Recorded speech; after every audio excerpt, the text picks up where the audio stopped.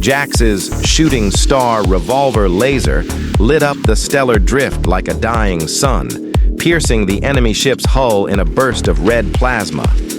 Everyone believed the Intergalactic Cowboys were loyal unto death, guardians of cosmic dust against alien empires. But Jax had just shot his own second-in-command, betraying the stellar oath that bound the Brotherhood of the Void Outlaws. Why? Because in his pocket vibrated a stolen hologram, the map to the Primordial Source, the energy core that not only powered stars, but could rewrite the fate of the galaxy.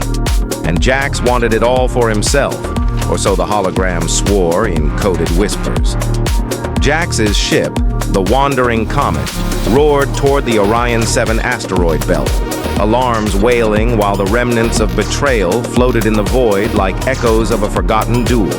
His crew, the tough gunslinger Lena double-ray Voss, with her boots reinforced by titanium plates and a plasma cable lasso coiled over her shoulder, and the cowboy android Zeke, with his rusty sheet metal hat and circuits buzzing like a funeral hymn, stared at him with eyes that burned hotter than a binary sun. "Captain, what the hell was that? You killed Rico over a ghost map," growled Lena, her laser dagger already drawn, the blade crackling with energy stolen from a dying sun. Jax didn't respond immediately. Instead, he activated the hyperdrive with a sharp gesture, launching the ship through a swarm of rocks colliding like stray bullets in a crowded saloon. The comet swerved sharply, dodging an asteroid the size of a space station, and only then did Jax speak, his voice rough as stellar gravel.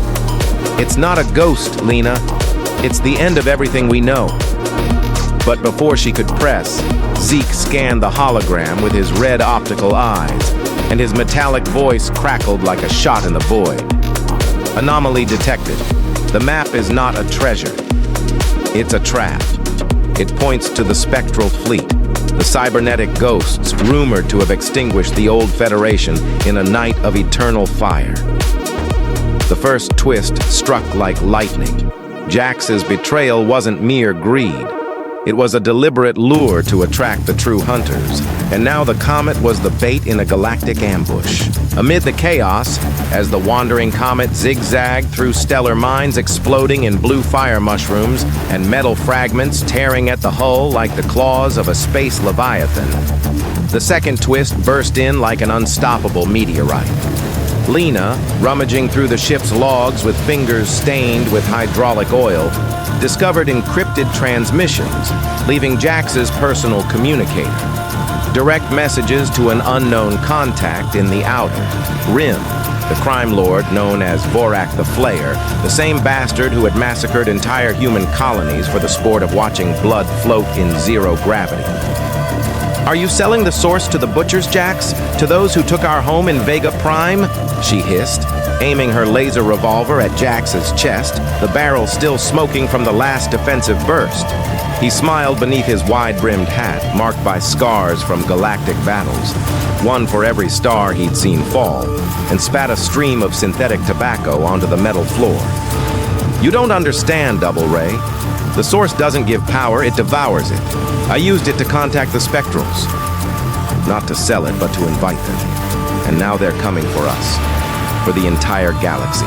The ship trembled violently when a swarm of ghost drones emerged from the asteroidal shadows, their ethereal and translucent forms firing bursts of spectral energy that pierced the armor like vengeful souls. Zeke stepped in, his mechanical arms deploying a force shield that crackled under the assault, but a drone grazed him, frying his circuits and causing his hat to tilt crooked. "Survival protocol activated," murmured the android, while Lena and Jax exchanged frantic shots, lasers crossing the bridge like duels in a neon desert.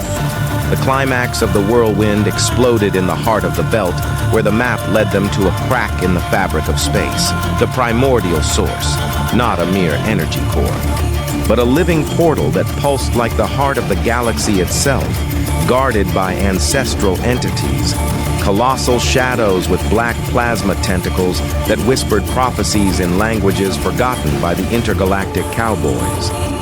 The spectrals converged, their ghostly ships materializing from nowhere, an army of corrupt code and digital vengeance that made the void seem alive with electronic lamentations.